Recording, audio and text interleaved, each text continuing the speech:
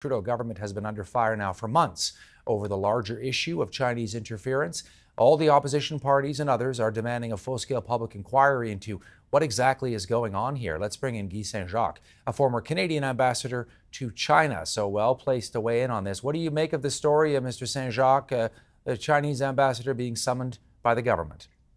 Well, I think it was long overdue, and so I'm very glad that it's finally taking place, because you have to ask yourself, how much evidence do you need in terms of foreign interference before you decide to act? And of course, there are various measures that the Canadian government could have taken and could take now. So it will be interesting what will follow this convocation. I know critics have said, why has it taken so long, even 4 days since that story broke? But as you're pointing out, the story of interference goes back months now. Has the government been slow?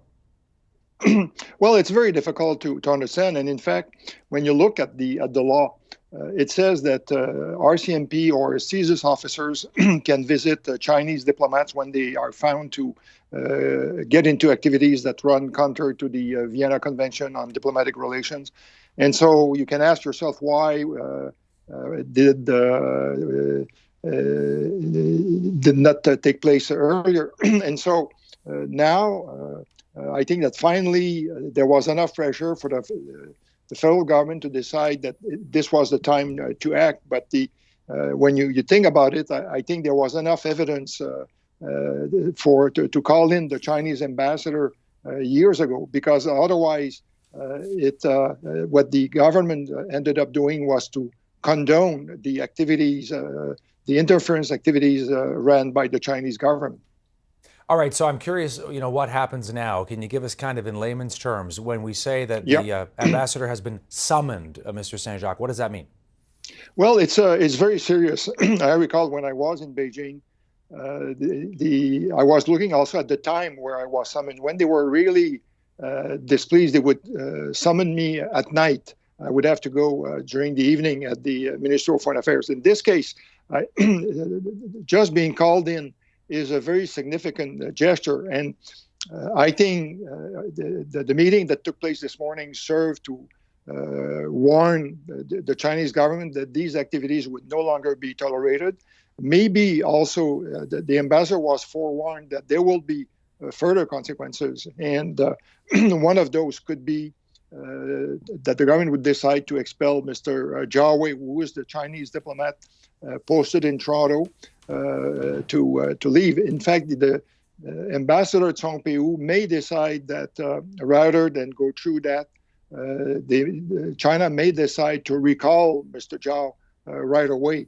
But I don't expect that they will want to do that, because the Chinese diplomats are more in a mood to confront, and so I think they will wait. And assuming that Ottawa decides to expel Mr. Zhao, I think that the Chinese government will want to retaliate.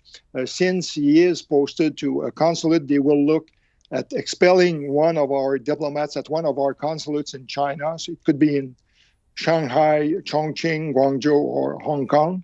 And of course, there will be consequences because I don't think the federal government will want an escalation. It will want to try to stop this at this stage. But and in our case, of course, our diplomats are there to do work. In the case of the consulate, they do real consular work, helping Canadians who are faced with difficult situations. In the case of the Chinese, we know that a good number of their diplomats, in fact, are doing other activities than their official activities. So this also could have an impact on the work that is done by our diplomats in China. Yeah, one just quickly last question for you. The diplomat in question in Toronto, I mean, is it possible he's a spy? This is what the Conservatives have said, that he's not really a diplomat at all. Well, we know that, as I said, a good number of Chinese diplomats in Canada, in fact, are spies or are employed by the Ministry of State Security. Their job is to go after Chinese dissidents, go after Uyghurs, Tibetans, also trying to track down people of interest like economic fugitives, also to put pressure on people for them to stop criticizing China. And so based on the information that was leaked by CSIS, we know that this is a person of interest. I think it's probably fair to assume that he was engaged in a number of illegal activities. Guy Saint-Jacques, former Canadian ambassador to China. Wonderful to have you on the program. Thank you so much for this, Mr. Saint-Jacques.